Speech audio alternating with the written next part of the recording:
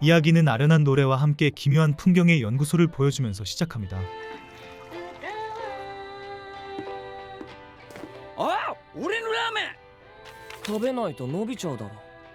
はま、多めに見てやろあ。だいたい呼び出すにしても電話するとか他にも方法があるだろう。こんなことのために魔法陣で呼び出すなって言ってんの。 소환과 마법진이라는 얘기를 하면서 서로 다투고 있는 것을 보면 그들은 평범한 능력을 가진 것이 아닌 듯했죠. 기묘한 관계를 가진 소년들을 뒤로하고서 이번에는 어두운 골목길을 걷고 있는 어떤 남자를 보여줍니다. 気色悪いな。疲れてんだ。明日学校サボりってことで。なんなん？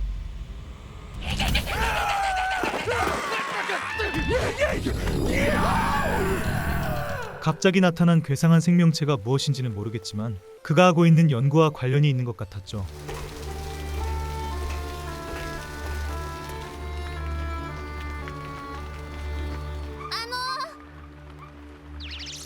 긴장된 표정으로 연구소를 찾아온 소녀를 위해서 메피스토가 멋들어지게 맞이해줍니다. まあ座って座って話聞くから。お名前は？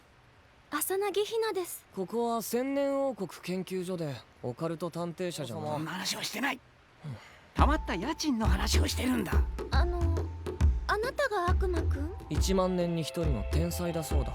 악마군은 만년에 한 번 나올까 말까한 천재를 일컫는 말로써 그 주인공이 바로 이치로였죠. でも同じ日の同じ時刻なんですよ。上調布内で他にも3人同じ時間に。 희나는 친구들의 의문스러운 죽음 때문에 비밀을 밝혀내기 위해서 그를 찾아온 것이었습니다. あらひなさん、珍しいお客様。君の部屋は2階だな。なんでわかるんですか？この家の構造からして明白だ。クライアントに失礼だぞ。 악마군이라 불리는 이치로는 비상한 두뇌만큼이나 독특한 성격이었으며 이를 토대로 사람들의 의뢰를 해결하고 있었죠. この人いつもこんな感じなんですか？お茶をどうぞ。お気遣いなく。ホットケーキがいいな。 다만 사람들과 딱히 관계를 맺고 있지는 않았기에 사회성이 너무나 부족한 모습을 보여주었습니다. ホットケーキはパンケーキの仲間で同じものよ。なら猿目人科のあんたを猿と呼んでも問題ないな。ホットケーキだ。どうぞ。うまい。今まで食べた中で18番目にうまい。しかも豪華4段重ねとは。あんたは浅葱優子だな。西洋史学の教授。リビングに著書がある。中世王権の捉え方が平凡すぎる。ついてお母様、出て行ってください。説明しなくていいのか？二人ともごゆっくり。話を聞こうか。友達のお葬式に行って分かったんです。 희나의 친구들은 마치 약속한 것처럼 같은 시간에 죽음을 맞이했으며 이는 확실히 이상한 부분이 많았죠. 偶然同じ時間なんてことがあるんでしょうか？それで報酬の件なんですが。どうした？どいてくれ。はい。 그녀의 말을 토대로 집안을 이곳저곳 뒤져보던 이치로는 괴상한 형태의 생명체를 발견합니다. なるほどな。なんだよ。なかなかに香ばしい事件だ。念のためこれを持っていろ。帰るぞ。じゃあね、ひなちゃん。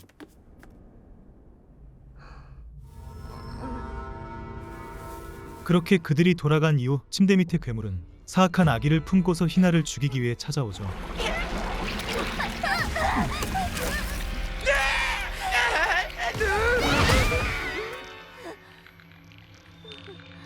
단순히 꿈이라고 넘기기에는 너무나 생생했으며 친구들이 죽었던 것과 같은 시간에 찾아온다는 것이 이상했습니다. じゃあ本当なんだろう。誰かがこの依頼をやめさせようとしてるのかもな。まず白石辰樹だ。上調布一丁目の2の12だ。鷺浦瞳、西野ヒューズ、吉川さくら。こうして見ると輪になってますね。ごぼう星。 괴물이 오망성을 중심으로 사냥을 지속 중이라면 그 한가운데에 비밀이 숨겨져 있을지도 몰랐죠. 土屋いちかちゃんの家です。メフィスト、何か感じるか？そう言われても。勇気を感じると髪の毛が立つ。土屋一花と被害者の間に関係は？学食で会うくらいの仲だと思います。白石くんとはサークルが一緒で、あのサークルには良くない噂があって、それもあのサークルのせいなんじゃないかって。 정확한 이유는 모르겠지만 이치카라는 소녀는 악마에게 상당히 중요한 인물인 것 같았습니다. 明日の夕方また研究所に来てくれ。僕がやった護符をおでこにでも貼っておけ。護符が役に立つといいな。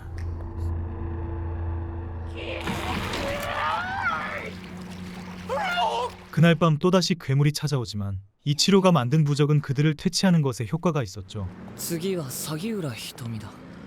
どこも普通の家庭だな。シングルマザーや子供のいない家庭は普通じゃないってこと、君は自分の家は普通だと思っているんだろう。別に思ってないよ。最近親父さんには会ったのか。最近会ったのは半年前だな。 그들이 수사를 지속하며 자리를 비운 사이 희나가 찾아오는데 그의 연구소 앞에 앉아있는 낯선 소녀와 마주합니다. 悪魔くん。以前ろくでなしと言われたこともあったが、払うよ払う、必ず払う。 미호는 이치로가 살고 있는 곳의 집주인 딸이었으며 어머니와 함께 지내는 듯했죠. メフィスト、あんたも大変だね。全部追っつけられて。ミオちゃん、悪魔くんさんの邪魔しちゃいけないって言ってるでしょ。ヤドロクの邪魔なんかしてない。さあ帰りましょう。あの子を必死に育ててる立派な人だよ。 어찌됐든 그들이 조사한 바에 따르면 아무래도 희나의 친구들은 대학교의 동아리에서 당한 봉변 때문에 절망을 느끼고 있었던 것 같았습니다. やっぱりもっと強く止めてたら。西野日向は別の大学だが同じサークル。こんな連中にいいようにされたら皆殺しにしてやりたいとか死にたいとか思うようになるのも。土屋さんは吉川さんとも面識があります。いちかずっと部屋から出てこないの。ええ、ひなちゃんだったら最近あの子のことが怖くて。 유일한 생존자였던 이치카의 집을 찾아가지만 그녀의 방 안에서는 음침한 기운이 흐르기 시작했죠. いちか開けるよ。ひなちゃん気をつけて。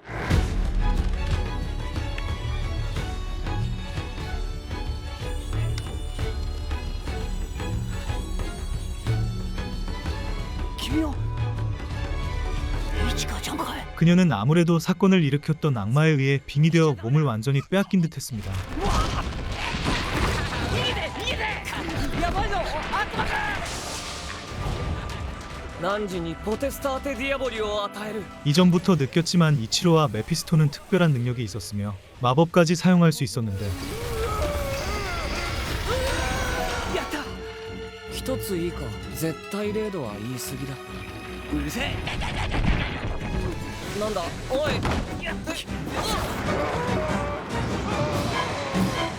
놀랍게도 낯선 남자가 등장하더니 갑자기 마법진을 그리면서 사악한 악마를 막아세우죠.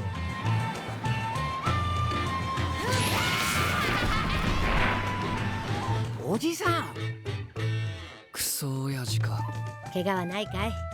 いい年して相変わらずのマントに古ぼけた。 그는 이치로의 아버지였으며 그와 마찬가지로 대단한 마법을 구사할 수 있었습니다. あれは本体じゃない。影みたいなもんだ。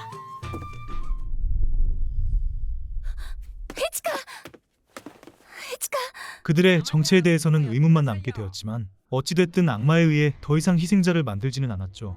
過労じゃないかってお医者様は。私悪魔が本当にいるなんて思ってませんでした。至るところにね。彼女にもこれを。はい、ありがとうございます。さっき助けてくれた子供は。彼にとっては義理の父親なんだ。いちか。 일단 정리하자면 이 세계에는 악마들이 존재했으며 이대 악마군이었던 이치로는 마법과 같은 능력으로 이들을 퇴치하고 다니는 것이었습니다. いちか。ここは病院よ。何があったの？ 이치카는 동아리에서 당한 끔찍한 일을 근거로 그들을 증오하는 마음에 휩싸여 악마에게 빙의당한 것이었죠. 白石たちのこと相談したんだ。吉川さんにいちかは悪くないよ。聞かなかったの私。いちかを止められなかった。親友なのにごめんね。これ持ってて。お守り。多分魔除けの。いつまでも友達よ。ありがとう。 다만 희나가 건네준 부적을 갖고 있음에도 악마의 본체는 다시 한번 그녀를 찾아옵니다.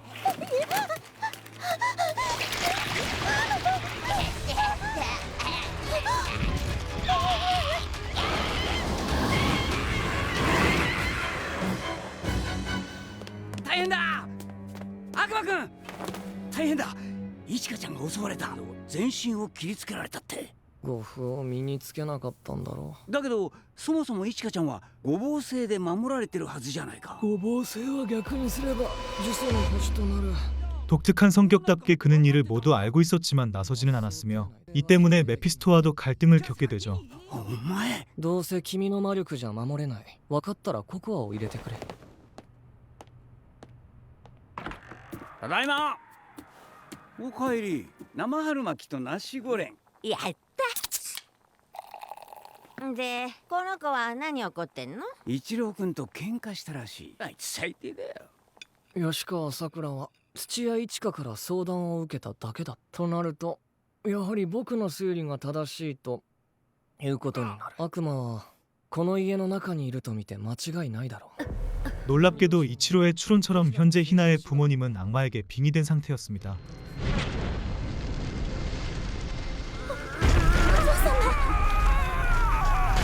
正解だ。想定内ってなんだよ。だいたいさ、いつも上から目線で命令口調で。悪魔を魔界に返すですって。一郎君は人間に捨てられて悪魔に育てられ、だからってな。おお、一郎君が呼んでる。 메피스토 역시 그들처럼 똑같은 악마였으나 이치로의 명령에 절대 복종할 수밖에 없는 일종의 계약이 있는 듯했죠.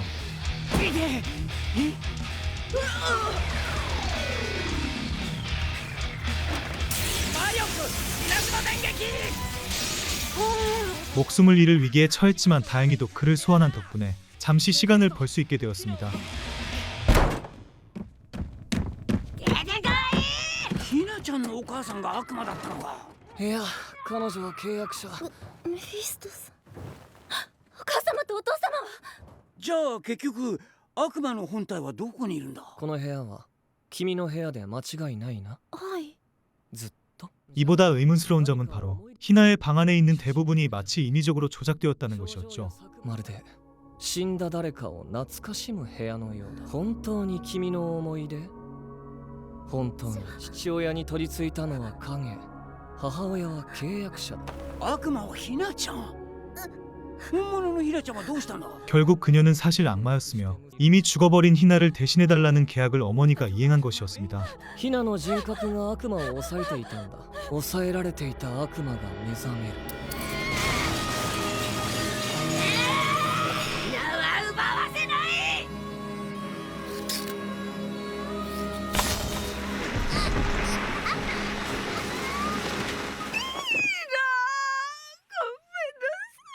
やはりお前だったか。暴食のグレモリ。 죽은 희나의 몸을 차지한 악마는 탐식의 그레몰이라는 존재로서 그녀의 인격이 너무 강한 탓에 잠시 정신을 빼앗겼던 것이었죠. 暴食の悪魔が愛を貪り食っておかしくなるとはね。ひなちゃんを攻撃したのもお前なのか。ヒナ自身よ。相談したイチカも襲ったのはヒナの意志。娘への愛情が自分でも思ってない形で溢れちゃった。うるさい。あんたらなんか親じゃないから。ひなさん。ひな。話しろ。 이 사건은 결국 딸을 과하게 억압하면서 이어진 끔찍한 죽음이었으며 뒤늦은 후회로 인해 탄생한 모종의 결과물이었습니다. ありがとう。じゃあね。しかしね、板焼け。ねえってば。 절망적인 사건을 해결한 한편 이번에는 다른 악마들이 살고 있는 어떤 궁전을 보여주죠. 何も始まらないもん。だな。メフィスト3世とはうまくやってるのか？普通。 신고는 비록 피로 이어지지는 않았어도 그를 상당히 아꼈으나 이치로는 딱히 아버지라고 생각하지 않는 듯했습니다. 悪魔くんの使命は人間界に幸せな楽園、千年王国を作り出す幸せな楽園ね。 악마군이라는 칭호는 단순히 뛰어난 천재를 일컫는 것이 아니라 인류 전체의 평화를 가져오는 존재라는 뜻이었죠. 君の幸せってなんだい？僕の？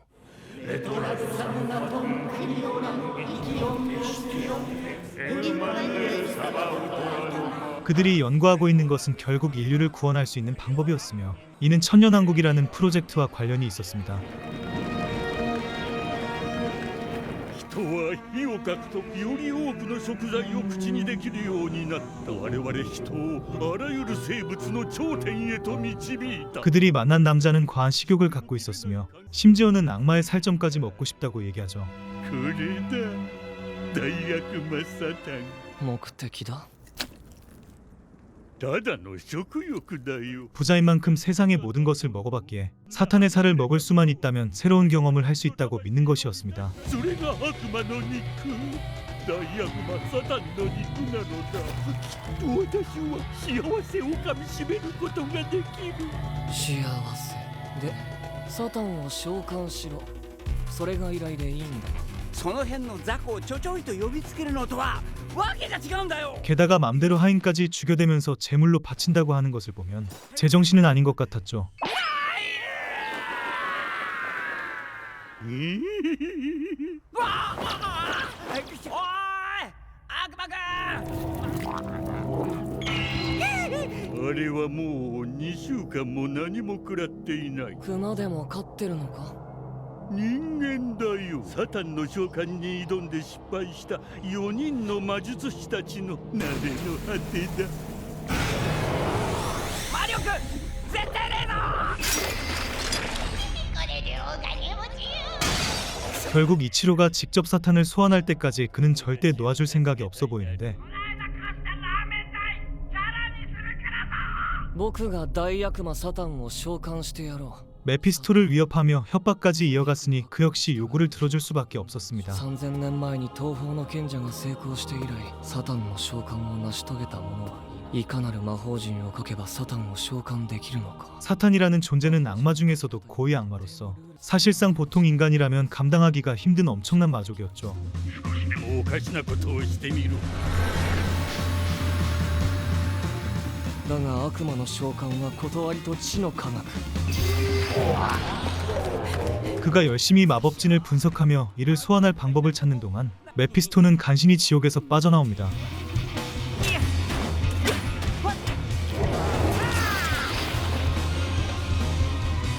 俺はメフィスト賛成だ。お行儀の悪い小僧だ。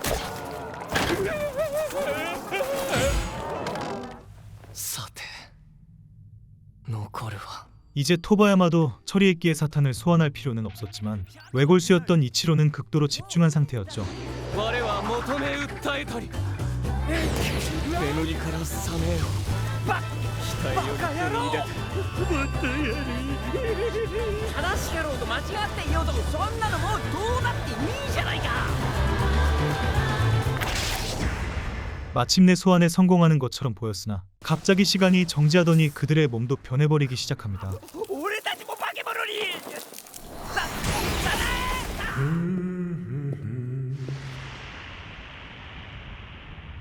あれ色男のまま夢でも見ていたのか。召喚は失敗し魔法陣は崩壊した。この世にありえないことなどない。何だって起こりうる。 사실 원래의 사탄은 이미 현세에 강림한 상태였으며 죽은 메이드의 몸에 빙의하고 있었죠. あれって。心臓だな。お前サタンか。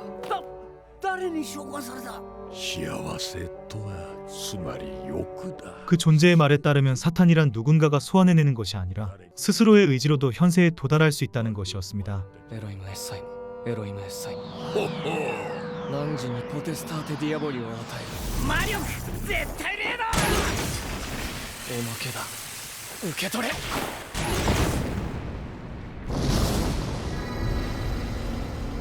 악마 중에 악마라는 평가를 받을 정도로 사탄의 힘은 괴를 달리하는 견적을 보여주었죠. 今日の私は機嫌が良い。次に収穫するべき心臓を見つけた。お前も欲に断りに地に溺れるがいい。改めて会おう。それまでは生きろ。 어찌됐든 이치로의 심장을 키워서 먹겠다는 사탄의 아량 덕분에 그들은 무사히 그의 소나기에서 벗어날 수 있었습니다. 人に捨てられ悪魔にも捨てられた少年。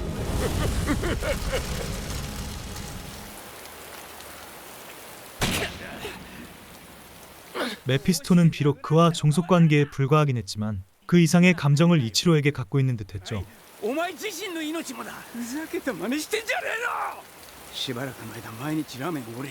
무기력했던 이번 전투로 인해서 이치로는 점차 자신이 무엇을 해야 할지에 대해서 고민하게 됩니다. 君の幸せってなんだい。わからない。そこから探してみたらどうかな。悪魔くんさん、お出かけかしら。 다음날이 밝자마자 집주인인 사나이가 이치로를 찾아가는데 기묘한 여성이 안에서 잠을 자고 있었죠. まあ風邪をひきますよ。捕まえた。捕まっちゃった。あんた誰？私は風間早苗と申します。寝るなら魔界に帰って寝ろ。그녀는 사실 이전에 만났던 탐식의 그레몰이었으며 이치로 일행과 교류를 갖고 있는 것 같았습니다. お騒がせしました。これはお詫びです。おいしい。その今月の家賃でしたらもうちょっとお待ちいただけると。いえいえ、今日はお二人にお願いがあってきたんです。今からいらっしゃるお客様の話を聞いてほしいんです。すごく有名な監督ですよね。 A 감독이라는 사람은 사나이와 친분이 있었으며 마치 슬픈 사연을 공유하는 듯했죠. それで風間君はまだ行方不明のままか。はい、警察にも届けているんですが何も。非常に残念だ。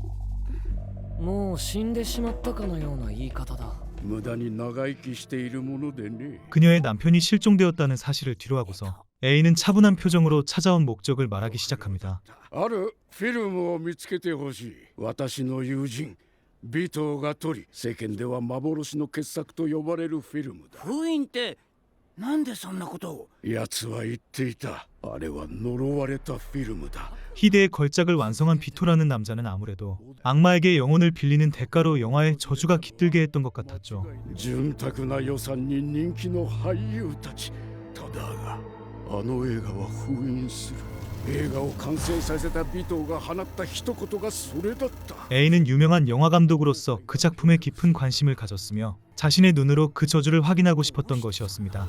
悪魔に魂を売ってあの映画を撮ってしまったのだ。唯一残ったマスターフィルムを持って逃げたのだ。以来死ぬまでビトはフィルムの行方を語らず、今でも探し求めるマニアやマスコミは後を絶たない。唯一の心残りはビトのあのフィルムだ。それだけは果たして死にたいのだ。呪われた悪魔のフィルム、本物ならば僕も見てみたい。最初に映画を見るのは私だ。いいな。シーバ。ちなみに成功報酬はこの程度を考えております。こいつが何と言おうとやらせますので。 문제는 영혼을 팔면서까지 영화를 만들었음에도 이를 개봉하지 않았다는 것이 상당히 의문스러웠죠. てかシーバが悪魔って。ますますわけがわからない。やっぱり気づかないんだ。半人間の悪魔もどきは。だいたいお前ようやく解放されて自由になったんだろう。私は悪魔くんに会いに来てるの。 악마였던 그레모리는 역시나 목적이 있었으며 이치로의 심장을 먹기 위해서 찾아온 것이었습니다. 私は魂が宿る心臓はどんな味がするんだろうって。そのためだったら私何でもする。よし、僕は別に構わない。 이치로는 그런 그녀의 사악한 악의를 별로 신경 쓰지 않았으며 그저 의뢰를 해결해달라고 부탁하죠. 約束よ。破ったら承知しないからね。本気なのかよ。ああ。でもビト監督ほんとすごいな。幻の傑作ってのも期待できそうだな。これも二人の友情のおかげだな。友情とは何だ、メフィスト。お前は友情を疑うのか。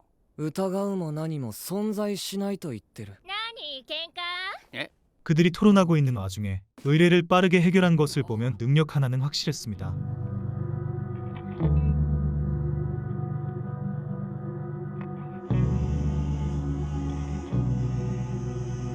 저주받은 작품이라고 얘기는 많았지만 이를 모두 관람한 A가 뜨거운 눈물을 흘리는 것을 보면 소문과 다른 것 같았는데 やはりフィルムは傑作だったよ。よかったですね。これで心残りはなくなりましたか。何するんだ。 다만 사실 그는 비토와 친구가 아니었으며 오래전에 연을 끊은 원수와 다름없는 사이였죠. あんたたちは親友じゃなかったのかよ。俺たちはもう何十年も前に喧嘩をして絶交していたのさ。ファンは俺たちがずっと親友だという幻想に憧れていた。だがいつもあいつばかりが評価されやがって。 죽기 전까지 이런 부질없는 것에 목매는 것을 보면 인간이란 참 알 수가 없는 생물 같았습니다. 友情、興味深いな。映画監督のエイ・サトルさんが今日夕方亡くなりました。亡くなっちゃったのね。いい映画を撮る人だったのに。お父さんと見たのよ。プロポーズの返事をする約束になってたデートで。 그래도 A 역시 훌륭한 감독이었기에 그가 만든 영화로 인해서 메피스토가 태어났다는 것은 참 아이러니한 일이었죠. あの映画がなかったらあんた生まれてなかったかもね。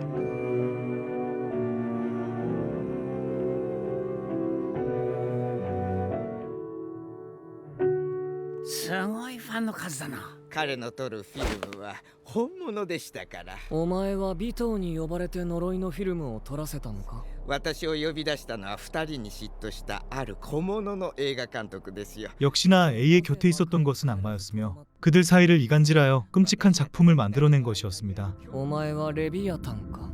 正解です。お前が A 監督の嫉妬心を煽ってあの呪いのフィルムを焼かせたんだな。そもそもあのフィルムには A が嫉妬する余地など皆無です。どういう意味だ。ダ作でしたね。紛れもなく。 더욱 놀라운 것은 A가 비토를 질투하긴 했으나 이는 경쟁자로서의 감정이었기에 진정한 라이벌의 작품을 지켜주기 위해서 이를 불태운 것이었죠. でもさすがに燃やすまではできなかった。友達だからだろう。彼を傷つける汚点になる。友情だよ。2人の間に常にあったのは確かに嫉妬でした。彼らが互いに向けた嫉妬心はそれは甘美でした。とても愉快でとても甘美な連鎖でした。結局フィルムを焼いたのは。それは憧れかもしれません。嫉妬の悪魔の私にはよくわかりませんが 어찌됐든 사건은 무난하게 해결되었으며 그레모리 역시 이치로의 논리에 못 뛰겨 앞으로 이곳에 오래 머물 것 같았습니다. だがいつとは言っていない。契約にはその契約が施行する日時が明示されなければならない。つまり食べたければ僕が同意するまで待て。この悪魔。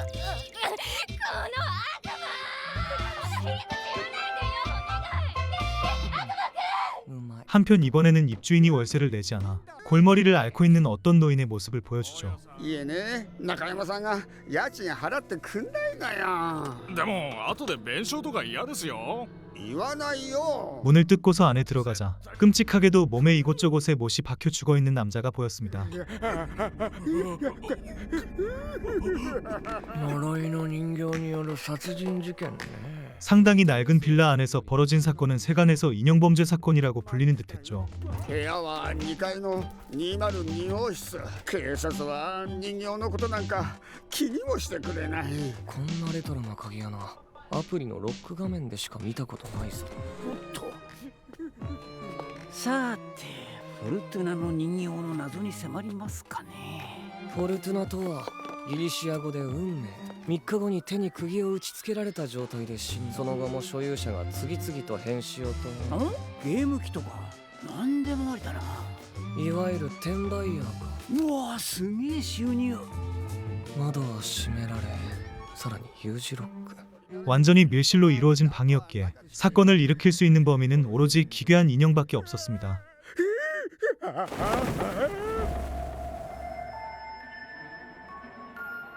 この釘はもともと。知らないよ。どうした悪魔くん。 무언가 수상함을 느낀 이치로는 인형의 머리에 박혀있던 못을 뽑으며 잠시 생각에 잠기죠. おい、解決してくれるんだよな。あいつに聞くか。この釘について知りたいんだね。悪魔の釘か。なぜ僕はこれを知っている。閉ざした記憶の扉をこじ開けてはいけない。もういい。クソ親父。親子水入らずはまだ遠いかな。ねえ、呪いの人形事件はどんな感じ？事件は一昨日の夜。 피해자는 물건을 구매하고 되파는 리셀러로서 갖가지 잡동사니를 모으고 있었습니다. 警察によると殺された時間は一昨日の夜8時頃なんだけど、夜中の12時過ぎに中山の部屋から足音がするのをみんなバタバタうるさいのよもう。 그의 이웃들 모두 마땅한 알리바이가 없었지만 누군가 침입한 흔적이 없었으니 너무나 골치 아픈 사건이었죠. なるほど。なんか怪しい人たちばかりね。でも一番怪しいのは死んでた時間に足音がしたってやつよね。誰が人形を操ったのかしら。 메피스토가 여러 가지 정보를 나열하는 와중에 이치로는 여전히 새빨간 못에 매몰되어 있었습니다. 僕を思い出して。おい。昼だよ。こんなとこで寝るなよな。 치열한 고민 끝에 비밀을 발견한 그는 이 사건 자체가 인연과는 전혀 무관한 범죄라고 얘기하죠. 単純な殺人事件だな。呪いじゃなかったらどうやったんだ？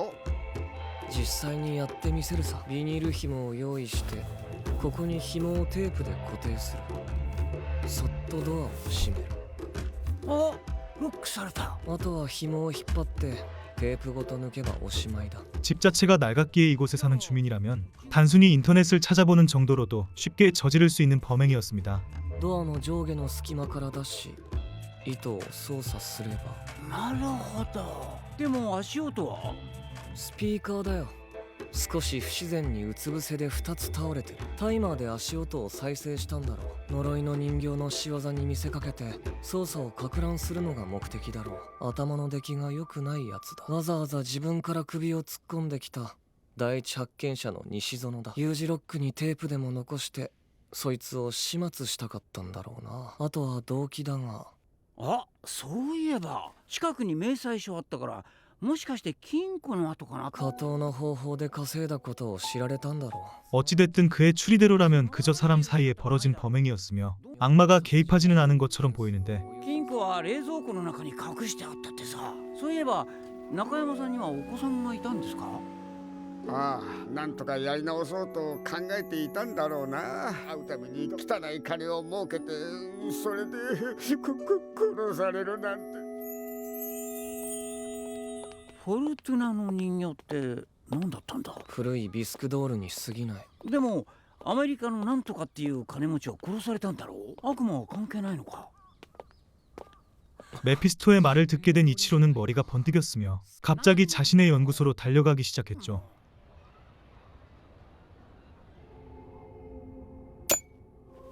火は天の物質、水は地の物質。バカビ、ラカ、バカベ、ラマク、カヒ、アカベバ。 빨간 못에 대고서 주문을 외자 등장한 것은 악마와도 같은 기묘한 존재였습니다. 久しぶりだね。アエシマ。ストロファイア。これは。 그들은 마치 이전부터 알던 사이였던 것처럼 보였으며 의미심장한 대화를 주고받죠. 救いに来たんだよ、アエシマ。僕は望んでいない。水銀色の指先が11の月を血で満たす。ピュシスの目を開かせる。じゃあまたね。 さらなる発展を願うものであります。 그들의 알 수 없는 만남을 뒤로하고서 이번에는 어떤 섬에서 벌어진 끔찍한 범죄를 보여줍니다. カルメリタさん、カルメリタさん、こちらへ。ご辞退されるつもりでは。そんなはずはない。いや、なんでもない。いでよ、ハジューン。本当に行くんだな。くどいな。お土産買ってきます。 그들이 도착했을 때 이전의 사건으로 인해서 사망한 여성이 보이긴 했지만 이것이 목적은 아니었던 것 같았죠. ガジュ、姿を消してくれ。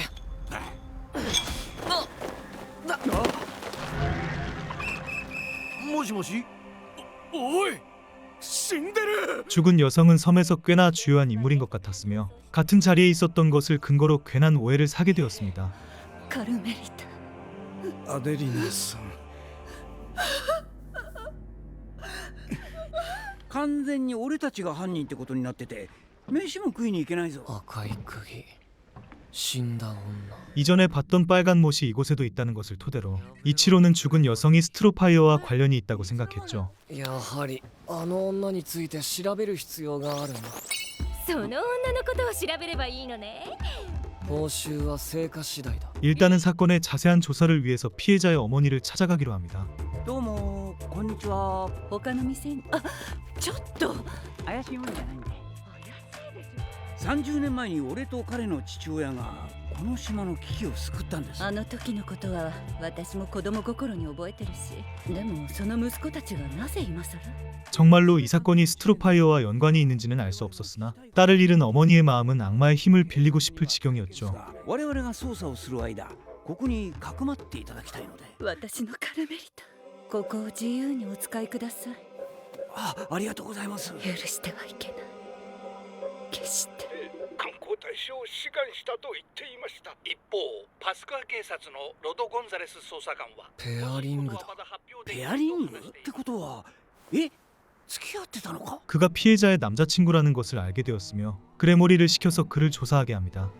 人生という名の無色の糸。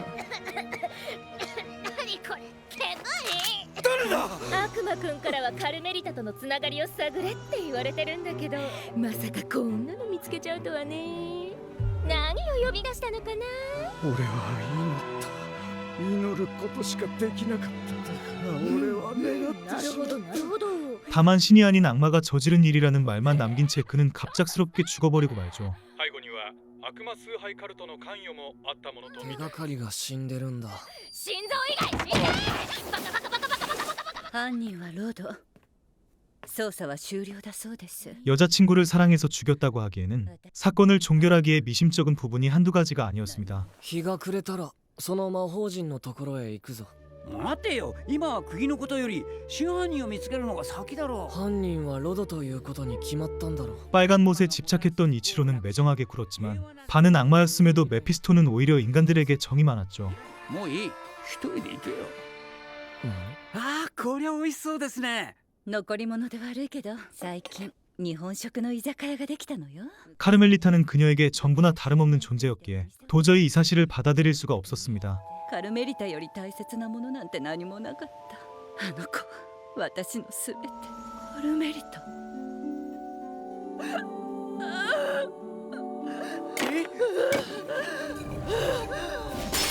メだ。なんだ? 갑자기 변해버린 아델리나를 뒤로하고서 이치로는 스트로파이어와 만남을 가졌죠. やはり僕を呼んだのはお前か。今回の事件の黒幕はお前だな。黒幕だなんてひどいな。世界のへそで結構憎しみも強かったんで、所詮下級悪魔だったから期待外れだったよね。俺は以前から市長の内定を進めていました。その捜査中のことでした。どうして私より市長の言葉を信じるの？ 악魔に取り憑かれているのか? 사실 카르멜리타와 이 마을의 시장은 불륜관계였으며 이를 분하게 여겼던 로도가 악마를 불러들인 것이었습니다. 俺は市長を呪い殺してやるつもりだった。神よ、許してください。お前と遊んでいる暇はない。悪魔の釘について知っていることを話せ。君の相棒、今どうなっているだろう。契約解除せずに召喚者に死なれて荒れ狂っているかもしれない。 결국 소환된 악마는 아델리나에게 빙의하여 그녀의 딸인 카르멜리타를 죽인 것이었죠. 人間が悲しむのがそんなに面白いか？知るか。俺は背中を押しただけだ。アデリナさんがそんなことを望むわけない。 그녀의 마음속에는 딸에 대한 걱정과 원망이 공존했기에 악마들은 이런 인간들의 나약한 마음을 비집고 들어오는 것 같았습니다. 私がカルメリタ。なんだってする。ママのようにだけはなりたくないの。何もかも諦めてゴミのような人生を送るなんて耐えられない。今年のトリ乙女は私に決まってるの。そんなの許さない。バカは私。メフィストさん。おい、メフィスト。アデリナさん。あの中だ。 아델리나는 간신히 자아를 되찾았으며 진심으로 도움을 주었던 메피스토를 살려주고 과오와 함께 자신의 몸을 불태우죠. 彼女についてた悪魔もこれで終わりだ。やってみなくちゃわからないだろう。諦めるなよ。彼女なりの落とし前なんだ。生きてりゃいいことだってあるだろう。 안타까운 사연을 뒤로하고서 이번에는 국민들을 위해 힘쓰고 있는 어떤 국회의원의 모습을 보여줍니다. いよいよですね、先生。いよいよだ。やっと父との約束を果たすことができる。국회의원으로서의 신념이 있는 것처럼 보였지만 그 뒤에는 숨겨진 비밀이 있는 것 같았죠. どうぞ、出村先生。それで話は何だ？ 相変わらずせっかちな人だ。また物入りでしたね。また私から金をゆすり取ろうというのか? 약점을 잡혀서 돈을 빼앗기는 것과 더불어 그의 몸 안에는 원래의 것이 아닌 악마의 자아가 들어있었습니다. 国からの予算の都合もつきやすいでしょ。その金は子供たちを守るためのものだ。善人ぶるのもそういうところは父親そっくりですね。挙句に捨てられていたあんたを引き取って育てたおかげで自分は貧乏暮らし。血を侮辱するな。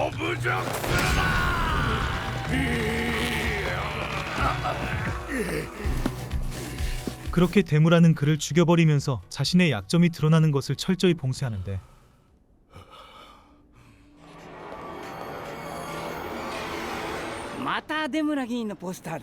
한편 이치로 일행은 데무라의 선거 포스터를 멍하니 바라보면서 의뢰를 위해 그의 사무실에 들르죠. 彼らに比べれば悪魔の方が目的に誠実な分まだマシだな。飯野さんを訪ねて来られた方が。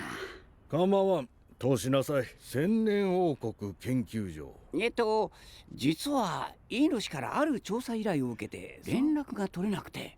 依頼？過去存在していたある組織について調べてほしい。 그의 비서였던 이인호에게 볼 일이 있었던 것이었지만 공교롭게도 또다시 사건에 얽히게 되었습니다. おお、メフィスト君と悪魔君じゃないか。今回の事件もパパッと解決してくれたまよ。知り合いなのか。以前ある事件でちゃった写真に写っている入れ墨の紋章について調べてほしいっていうのが。で、これが事件と何か関係が。さあ、死亡推定時刻がはっきりせんのですよ。監視カメラは廊下にはないがエレベーターホールにはある。ロビーに監視カメラの確認終わりました。 CCTV 영상을 살펴봤을 때 데무라와 함께 있었던 것은 맞았지만 그가 떠난 뒤에도 살아있었던 것처럼 조작되었죠. あの部屋には何度もルームサービスを運ばせていただきました。これでもう良いですかな。はい。状況だけ見ればあんたが一番怪しいよ。翌日3日前の昼です。ここでもクレープを頼んでんのか。どんだけ好きなんだ。これが最後の姿です。亡くなったのは3日前にクレープを食べた後から今日までの間か。犯人逮捕よろしくお願いします。もちろんであります。 여러 가지 의문점이 들었던 이치로는 이인호가 묵었던 방을 살펴보면서 자신의 생각을 구체화하기 시작합니다. これはエピペンだ。いいのは魚介とそばのアレルギーだったそうだ。アレルギー。あの写真おそらくデムラだ。 그의 추론에 따르면 데무라는 악마를 직접 제작하려는 조직에 몸을 담았던 것처럼 보이죠. で、その悪魔を生み出すことには成功したのか。さあね、一部が過激な行為に走った挙句消滅。あれ？クレープがない。これを。おい、勝手に注文すんな。お前は人間の悪意と悪魔の善意が戦ったら勝つのはどっちだと思う？あ？なんだいきなり。答えはデムラが知っている。 직접적인 증거를 확보하기 위해서 이치로는 또다시 그레모리를 현장에 투입시킵니다. 私ね、いいのと付き合ってたの。あなた悪魔崇拝組織の関係者なんでしょ。いいのが死んでスタッフに空きができたでしょ。 악마 숭배에 대한 얘기를 꺼내자 그는 표정이 굳어지면서 자신의 본색을 드러내기 시작했죠. 手を血に染めたお前らなんかに台無しにされてたまるか。 이전에도 했던 얘기를 토대로 하면 그는 아버지와의 어떤 약속을 위해 악마와 계약까지 이행한 것처럼 보입니다. 今回だってなんとかなる。コピーキャットか。それがお前だな、デムラ。力も半端ない。 변장수를 통해 그는 사건을 완전히 조작할 수 있었지만 똑똑했던 이치로까지 속일 수는 없었죠. ルームサービスに時間を指定し、皿を引き取るよう伝え、その後全く関係ない第三者の顔を借りてすぐにホテルへ戻る。ここまではいい。だがお前は余計なことをした。いいのが生きていた事実をさらに印象づけようとたくさんの人に姿を晒した。あんたは奴らしく振る舞おうとクレープを注文しようとした。だがあの店にはクレープはない。クレープはございませんが、代わりにガレットはいかがでしょう。だがガレットは小麦粉ではなくそば粉で作られている。そばアレルギーを持っているいいのがガレット。しかし甘いものに興味がないお前はそれに気がつかなかった。 모든 사실이 드러나자 그는 허심탄회하게 자신의 목적이 무엇이었는지에 대해서 모두 털어놓습니다. 組織に捨てられた醜い出来損ないの悪魔だった私を拾い息子に迎え、悪魔は嫌だ人間になりたいと泣いた時人間にも悪魔の心を持った者がいる。だからお前は正しく生きなさいと。 사실 그는 악마로 태어난 존재였으며 아버지라는 사람에게 거두어진 덕분에 인간처럼 거듭날 수 있었던 것이었죠. お前は所詮悪魔だ。違う、私は。なら選べ。人の方で裁かれるべきだ。 그와의 약속이 무엇이었는지 모르겠지만 끝까지 인간이기를 선택한 것을 보면 그 무엇보다 소중한 것 같았습니다. これ以上は裏切れない。父親に愛されていたんだな。私たち先生のこと信じてます。先生と先生のお父上の意志は僕らが受け継ぎ必ず実現させてみせます。ありがとう。 여태까지 그들이 해결했던 사건을 통해 인간 자체로도 문제가 많다는 것을 보면 과연 악마와 인간 중에 무엇이 선한가는 논쟁이 될 수 있었죠. 悪い人間もいればいい悪魔だっている。半分しか悪魔じゃないお前の話など聞くだけ無駄だった。そうだよな。よっぽど悪魔を理解できそうだもんな。僕悪魔になりたいんだ。その力で悪いやつをやっつける。 한편 어떤 어린 소년이 악마가 되고 싶다는 허무맹랑한 의뢰를 이치로에게 제안합니다. あの水郷の偏屈野郎ならそれくらい知ってるだろうと思ったのに。でも変竹林な事件を解決するので有名なんだ。 미호의 친구였던 그는 나쁜 사람을 퇴치하고 싶다는 정의로운 생각을 품고서 이를 요청한 것이었죠. それより悪魔になる方法。あのちっちゃい人はメフィスト三世。そんな仲良く見えないけど。あ、誰か来た。 그들이 이치로 일행의 일거수일투족을 지켜보는 가운데 이번에도 이를 의뢰하기 위한 사람이 찾아옵니다. あっちが悪魔君。俗人にかまけてる暇はない。働かざる者食うべからずって言うだろ。そのテーゼが正しいとするなら当然そうなる。ここは千年王国研究所だよね。常識ではわからない不思議な事件を解決してくれるんだろ。 여태까지 그래왔던 것처럼 이치로는 평범한 일에 시큰둥한 반응을 보였지만 그는 큰 마음을 먹고 찾아온 듯했죠. でも頑張って高校には通って卒業して俺とはゲーム仲間だしちょくちょく遊びに行ったりしてた。 의뢰자인 타케쿠마는 자신의 친구에 대한 얘기를 풀어놓으며 그의 집에서 괴상한 장면을 봤다고 고백합니다.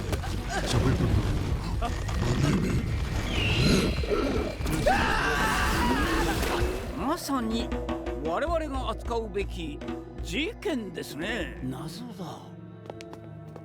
확실히 악마와 비슷한 존재를 봤다면 평범하게 생각하기는 어려운 일이었기에 의뢰를 맡기로 하죠. このままつかず離れず無視せず耳を貸さずだ。池谷の部屋だ。 아이들이 쫓아오는 것이 신경 쓰이긴 했지만 눈앞에 사악한 존재는 그들의 시선을 뺏기에 충분했습니다. エロイムエッサイン、エロイムエッサイン。我は求め訴えた何時ポテスターテディアボリを与える。マリオ絶対だよな。ミオちゃん今のうちに逃げよう。足が。 대부분의 악마들에게 먹혔던 메피스토의 마법이 소용없는 것을 보면 꽤나 강력한 존재인 것 같았죠. 僕もでも悪魔の力ってすごいね。 한편 어린아이들은 악마를 직접 목격하면서 그들의 강대한 힘에 대해 두려움을 느끼고 있었습니다. 悪魔になる方法なら悪魔に聞いた方が早い。あ、はいはい。ちょっと待ってね。おじさん悪魔なの？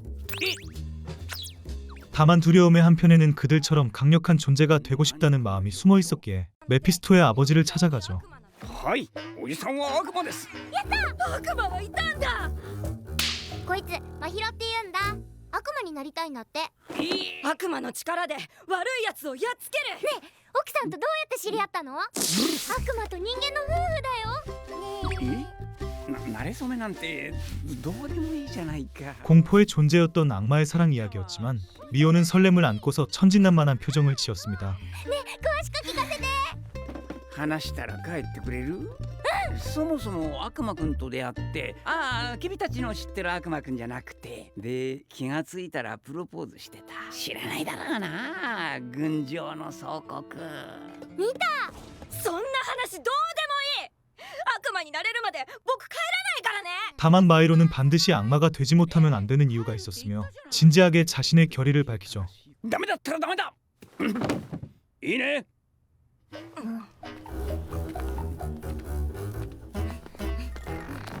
パパ、どうせ夕飯何がいいってだけだよ。 그 시각 이치로 일행은 마이로가 되고 싶다는 강력한 악마를 제거하려 하고 있었습니다.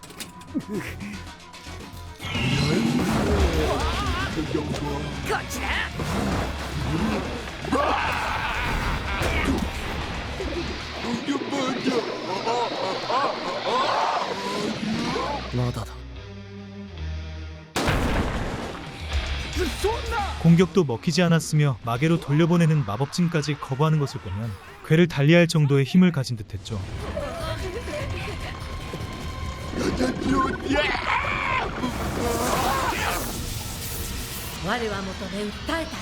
메피스토 2세는 역시나 강력한 악마였으며 인간의 피가 섞인 3세보다 더욱 뛰어난 마법을 구사할 수 있었습니다.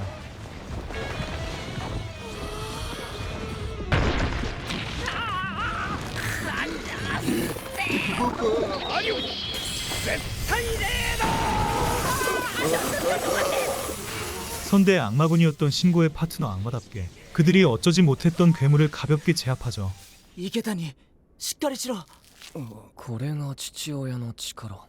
何？あいつこの画面をずっと見てたんだ。ギャラクシーアーデンのソフィア。 게임에서 나오는 캐릭터를 주기 싫다는 변변찮은 이유 때문에 그는 악마에 사로잡힌 것 같았습니다. 俺はソフィアを君に譲らなくちゃならないの。君のソフィアを俺が君の推しルールを出すまでソフィアは君のもんだ。 다만 사람들의 취향이 각자 다르듯이 그들에게는 어쩌면 이것이 인생을 좌우할 정도일지도 몰랐죠. ゲームを作る方もそれは分かってるんだ。心の中は争いの場だよ。分かったか？いや、俺たちは友達だ。おじさんかっこよかった。息子のためっていうか、絶対悪魔になる。悪魔って言っても何でもできるんじゃないんだよ。人間の欲望に引き寄せられてその人に取り付いたりする。君もああなりたいのかい？ 악마의 위험성에 대해서 얘기하지만 마이로는 반드시 악마가 되어 나쁜 사람을 혼내주고 싶었습니다. そんなの待ってらんない。誰か具体的にいるのか。真宙君、ごめん。 사실 아이는 학대를 당하고 있었으며 어머니를 때리는 애인이란 작자를 없애버리고 싶었던 것이었죠. 児童相談所が対応する。母親も同罪だろう。お母さんは真宙君を守って殴られたっていうじゃないか。じゃあ母親はなんでそいつと別れなかったんだ？ 자식을 사랑해주는 아버지를 가진 그들은 완벽하게 이해하기 힘든 감정이었습니다. 人間に頼れないなら悪魔に頼るしかないだろうな。あの子に必要なのは悪魔じゃなくて守ってくれる父親だったんだ。パパが焼いてくれた。よく似てるな。もう少しありがたがって食べろよ。味はうまい。 한편 비가 추적추적 내리는 밤에 사나의 소유의 극장 앞에서 어떤 남자가 우울한 표정을 짓고 있죠. 사나에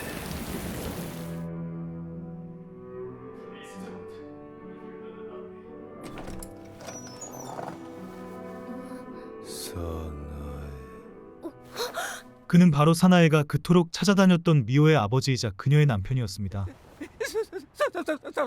落ち着け。行方不明だった私の夫。 오래전에 실종되었던 히로키는 해변에 떠밀려 왔으며 대체 왜 자신이 그곳에 있었는지 기억조차 나질 않는다고 얘기하죠. 俺は誰なんだ。覚えていたのは誰かに追われているということだけ。引き寄せられるみたいにここへ。 심지어는 자신이 누구인지조차 제대로 기억하지 못했으니 안타까운 일이었습니다. これはハッピーエンドだ。ミオちゃんにとっても。何がハッピーエンドだ。生まれる3日前に私たちを捨てたんだぞ。捨てたってよっぽどの理由があったんじゃないかな。 미호의 감정이 이해되긴 했지만 누군가 쫓고 있었다는 것을 보면 악마가 개입했을 수도 있었죠. 気安く引き受けない方がいいんじゃないか。恨んでない。恨んでる。一歩をつけてた。でも許した自分への言い訳が欲しい。いや、俺は気に入ったぜ。その推理。 그는 상당한 빚이 있는 것 같았기에 혹시나 악마가 아니라 사채업자들이 쫓고 있었을 수도 있는 일이었습니다. いやー久しぶり。次襲われた時もちゃちゃっと定時で飲むぜ。あの野郎はずっと脚本を書いてたんだな。 히로키는 원래 각본가였으며 돈에 쪼들리고 있음에도 끝까지 작품을 완성시키고 싶었죠. 娘の魂に捧げる傑作を書いてる。邪魔をするな。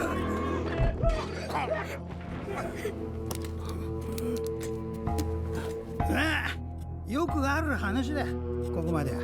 다만 악마의 개입으로 인해 어떤 사건이 벌어졌으며 사장 역시 그 이후로 돈 받기를 포기했다고 합니다. 悪魔。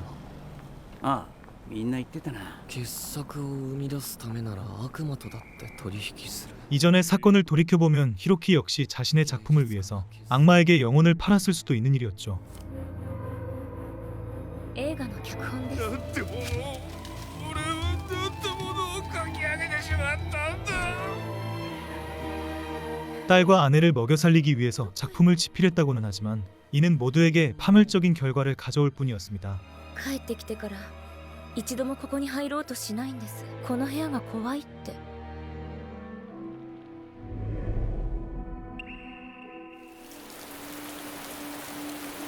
그는 이전의 기억이 떠오르기 시작했으며 미호에게도 미안한 감정만 가득한 상태였죠.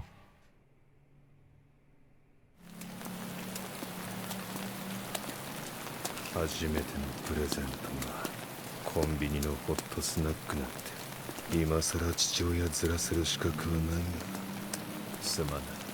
俺はここにいちゃいけないんだと思う。ミオ、私の名前あんたが考えたってお母さんから聞いた。終わらせるぞ。 똑똑했던 이치로는 그가 완성한 각본을 토대로 사건의 실마리를 잡아가기 시작했습니다. あなたが書いた脚本だ。目を通してくれ。嫌だ。読むんだ。嫌だ。そう。あなたの記憶は蘇る。 역시나 그는 악마와 계약한 상태였으며 몸 안에는 무시무시한 존재가 도사리고 있었죠. 忘却の闇に眠っていた契約は再び有効となる。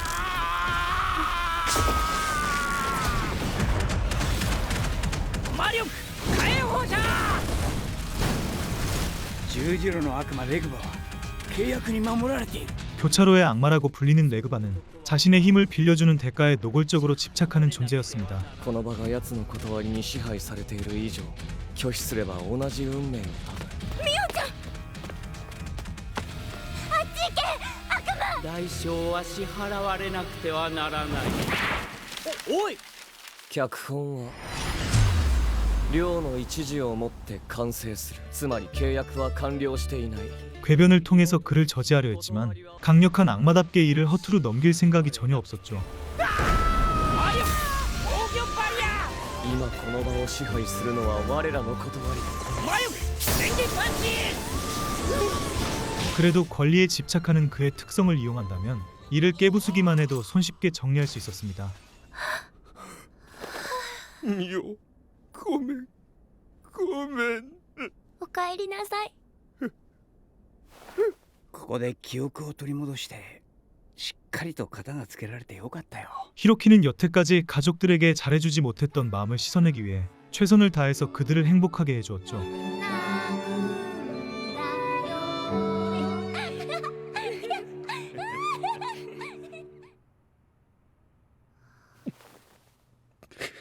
다만 그는 쌓아왔던 죄책감을 감당할 수 없었으며 자신이 곁에 있는 것 자체가 그들의 행복을 망치는 일이라 생각했습니다. 俺はなんということを。契約に基づき代償は支払われなくてはならない。命を。また姿を隠すのか。 여태까지 인간들의 관계에 심드렁했던 이치로였지만 이기적인 그의 모습을 보며 처음으로 감정을 드러내죠. 二人はあんたにいてほしいと思っている。そんな資格俺にはないよ。家族であることや親子であることに資格がいるのか。行くな。 いつかまた戻ってくるよ。 안타까운 가족의 모습을 뒤로하고서 이치로와 메피스토는 크리스마스에 대해서 얘기를 나누고 있었습니다. 見ず知らずの人の誕生日なんか祝う意味がわからないってとこか。そもそもありもしない誕生日だ。キリストが12月25日に生まれたとは聖書には一行も書かれていない。その不明の誕生日を冬至の日に合わせたというのが有力な説だ。お前嫌われるぞ。もっと楽しめよ。 비록 이치로는 관심 없다는 말투였지만 그의 양아버지인 신고에게는 꽤나 의미가 깊었던 날인 것 같았죠. もうすぐ誕生日だね、一郎。都合がつけば食事でもしないか。その日はあんたが僕を引き取っただけの日 그들이 처음으로 부모의 관계를 맺은 날이었기에 신적인 존재의 탄생에 대한 생각보다 인간적인 감정을 먼저 느꼈던 것이었습니다. おじさんは一緒に食事しようって言っただけだろ。また来るよ一郎。 신고는 그를 거두어들이면서 소중하게 여기는 마음이 가득했지만 진정한 아버지로서의 역할을 해주지 못한다고 생각했죠. これお土産。やったー。お兄ちゃん大好き。えいちゃんは食べ物にすぐ釣られる。あ、信号おじさん。いらっしゃい。一郎くんとはまだ時間がかかりそうなの？いや、あいつ今年もおじさんの誘いを断りやがった。おじさん、ゆっくりしていってね。ありがとう。一郎くんは素直になれないだけさ。 정확히는 모르겠지만 이치로가 남들을 대하는 것을 보면 비교적 아버지에게는 살갑게 구는 것 같았습니다. いい親かダメ親かなんてさ、決められるのは子供だけよ。俺もそう思う。子供はちゃんと見てるんだよ。一郎くんも父親が自分のことを考えてくれてる。ありがとう、悦子。 그들의 얘기를 몰래 들은 메피스토는 이치로와 함께 우정의 가치에 대해서 알고 싶었죠. なんか言いたいことがあるなら言ってくれ。この間駅向こうに新しいパンケーキ。アミーゴパンケーキ。あ、なんだ、知ってるのか。行ってみないか。いいだろう。おごられてやる。16番メニューうまい。 인생에서 16번째로 맛있다는 팬케이크를 먹으면서 그들은 잠시 처음 만났던 과거를 회상합니다. しばらく使ってなかったからまだ片付いてなくて、悦子さんにもよろしくお伝えください。ああ、はい。こっち来て挨拶しなさい。あいつが。三世君、仲良くしてやってほしい。 이전에도 이치로는 냉담한 모습을 보였으며 메피스토 역시 그의 첫인상이 좋지는 않았죠. 一郎くんはまだ友達ってものを知らないんだ。二人には協力して千年王国をこの世に作ってもらいたいんだ。親ってのは身勝手なもんだ。パパは身勝手じゃない。お前みたいなやつが悪魔くんのはずがない。喧嘩するほど仲がいいってね。 그렇게 다투었던 이들이 아직까지도 함께하는 것을 보면 사실 서로의 단점을 보완하는 관계일지도 몰랐습니다. こちら追加でございます。注文してませんけど。遠慮せずにどうぞ。ありがとうございます。 중년의 신사는 젊은이들의 이야기를 즐겁게 들었으며 이에 대한 보답으로 팬케이크를 선물해주죠. 私にも息子がいるんだ。彼にも仲のいい友達ができてたらいいなと。老人の暇つぶしに付き合ってくれたお礼だ。 신사의 말과 함께 여태까지 있었던 사건들을 돌이켜본 이치로는 자신의 감정을 아버지에게 처음으로 고백합니다. 呼んでもいないのに自分から来るなんて珍しいね。クソ親父。ん？メフィストが一番うまいホットケーキはどこのだって言ったんだ。メフィストの焼くホットケーキは2番目にうまい。1番はまた来る。 그들이 부자의 애틋한 감정을 나누는 와중에도 스트로파이어는 자신의 사악한 악의를 펼치기 위해서 모종의 준비를 마친 듯했죠. 目は開いた。愛しソロモンの笛から離れろ、ストロファイア。 솔로몬의 피리가 정확히 무엇인지는 모르겠지만 이는 세계의 종말을 좌우할 엄청난 물건인 것 같았습니다. 最初はグー、じゃんけんぽん。今日は半チャーハン付きのセットにしよう。あ、もう。お、いたいた。二人ともじゃなかった。慎吾くんが見えない学校ごと封印されたんだ。 아버지가 봉인되었다는 말을 들었지만 평소처럼 이치로는 태연하게 받아들였죠. 千年王国を作るのが使命だとか言われずに済む。本気で言ってるのか。ったくもう。頑張ってくれ。 그의 냉담한 모습에도 메피스토 부자는 신고가 걱정된 나머지 불이 나게 그가 있는 곳으로 달려갑니다. 一緒に魔力を合わせて攻撃するぞ。分かった。魔力稲妻大撃。ストロファイアの力を封じる方法、どこかにあるはずだ。魔力火炎放射。パパ全然効かないよ。この本にも手がかりはない。僕には責任がある。 과거의 메피스토 2세와 신고는 스트로파이어가 만든 거대한 결계 안에 들어간 적이 있었죠. ほらおいでよ、林間。 그는 기괴한 존재를 봉인하고 있었으며 그 안에서 현재의 이치로를 키우고 있었습니다. この世界は粉々になった光を閉じ込めておくためのシステムなんだよ。閉じ込める。そう、物質は牢獄さ。光は魂となって人間の体に閉じ込められているんだ。いずれ解放される日を夢見ながら。 그는 이치로를 아에슈마라고 부르면서 갇혀 있었던 빛의 존재를 아이가 직접 해방시키기를 원했죠. 解放して君の手で。今解放してあげるよ。その子はこちらに渡してもらうよ。 그 존재가 해방된다면 아무래도 스트로파이어의 사악한 야망이 곧 실현될 것이었기에 이를 막기 위해서 신고가 찾아온 것이었습니다. そうか、君が悪魔くんか。ソロモンの笛。ソロモンの笛。大丈夫か悪魔くん。身の程が分かってないね。なめるなよ魔力稲妻電撃。悪魔の盾。やはりストロファイアの魔力勝てないか。 그의 강력한 힘에 맞서서 고전하고 있는 한편 이치로는 솔로몬의 피리를 통해서 얼떨결에 그를 제압해버리죠. アイシマ。何これ。見てよストロファイア。光ってる。アイシマ。ストロファイア。おいで、僕と一緒に帰ろう。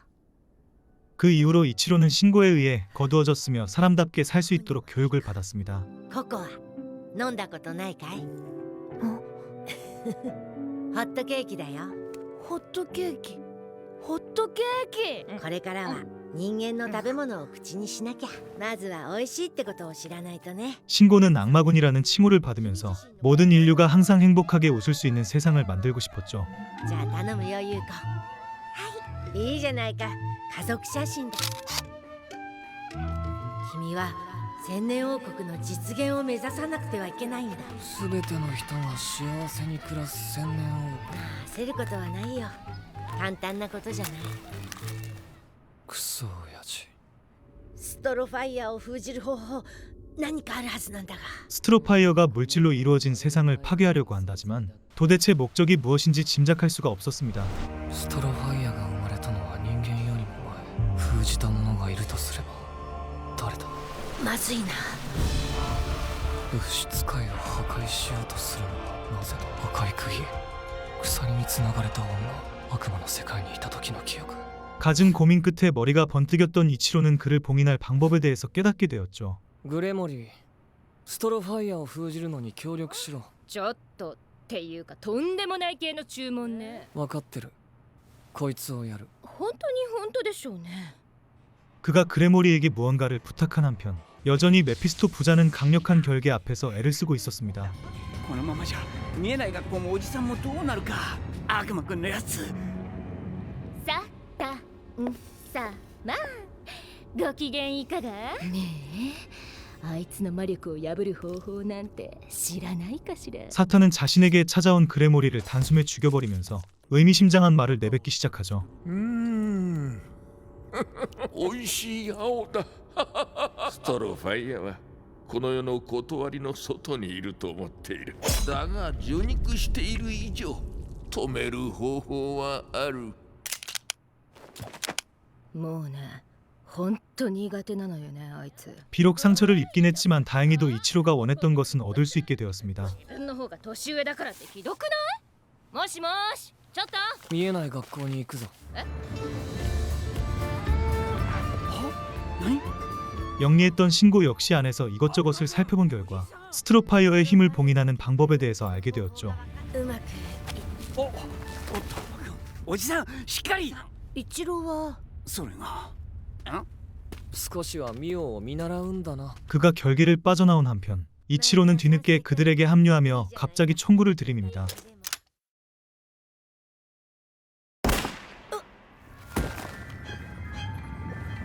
嘘。おじさん、お前なんで。よく見ろ。 신고가 쓰러지자마자 그 안에서 등장한 것은 붉은 날개를 가진 기묘한 생명체였죠. 悪魔。いや、天使か。マレフィキアの聖水が効いたということは悪魔だな。よく偽物と見えたね。明らかにストロファイアの罠だ。 아무래도 스트로파이어는 그들을 농락하기 위해 간교한 계획을 이용한 것 같았습니다. パパ、大丈夫だよ。俺と悪魔くんに任せて。分かった。気をつけるんだよ。一郎君と二人ならきっとストロファイアを倒せる。この空間全部に恐ろしいほどの魔力を感じる。 이를 파괴했던 이치로는 악마를 제거할 수 있다는 강력한 권총과 함께 앞으로 나아가기 시작했죠. さっき君が撃った出来損ないの天使じゃつまらないよね。十二使徒を狩りに行くってのはなんてね。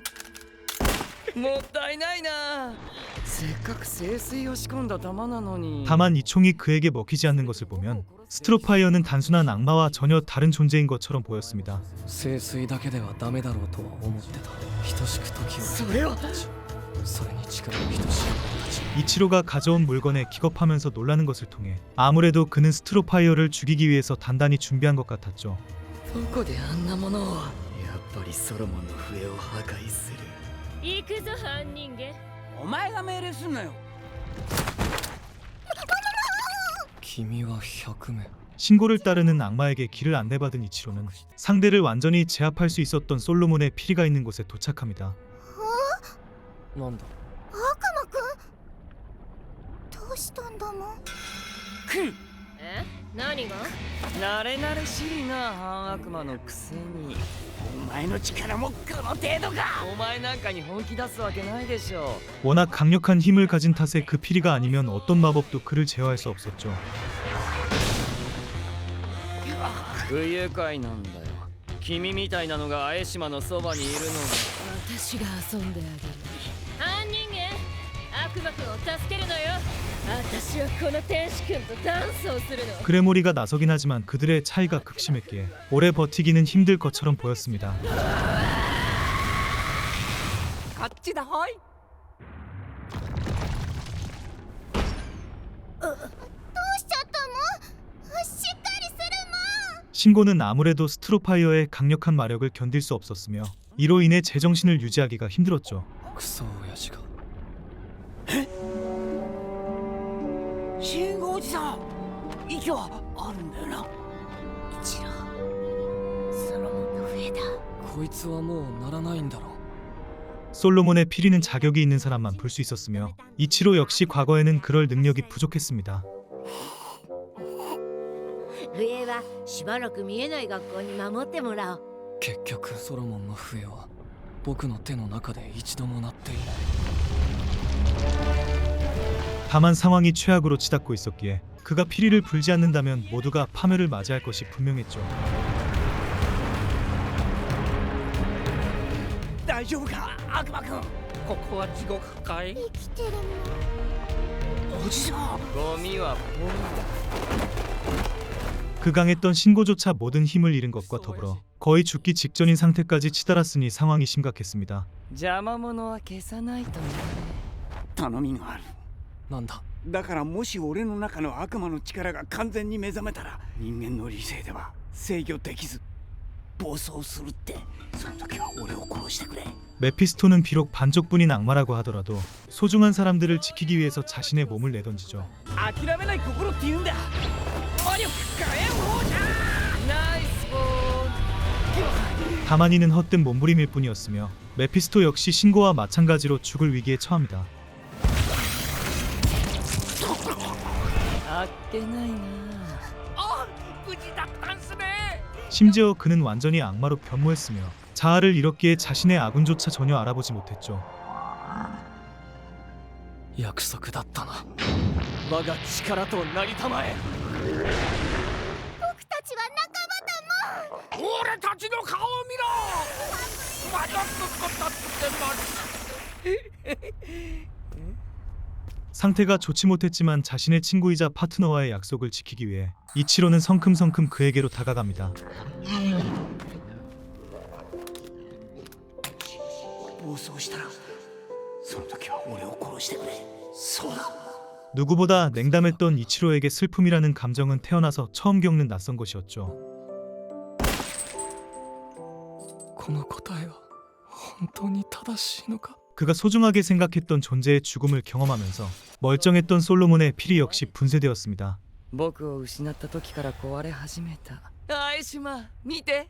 僕は自由だ。君のおかげでソロモンの笛はもうないんだ。 이에 더해서 스트로파이어가 간악한 말솜씨를 부렸지만 이치로는 언제나 그랬듯이 전혀 흔들리지 않았죠. ソロモンの笛は心で吹くんだって。ソロモンの笛はそもそも物質界の知識が生み出したものだ。くだらないな。僕の方にある。 깨달음을 얻은 이치로는 솔로몬의 피리를 다시 복구하면서 모두를 구원의 길로 이끌었습니다. アイシマ、そいつを捨ててよ。アイシマ、アイシマ、アイシマ。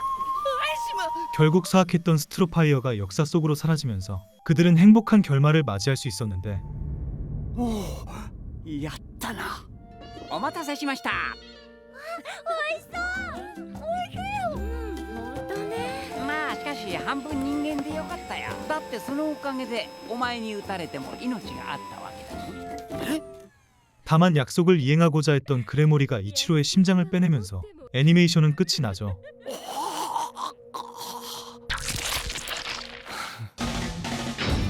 (1만 년) 주기로 탄생하는 희대의 천재와 함께 악마와 맞서 싸우는 판타지 추리 애니메이션 악마군이었습니다.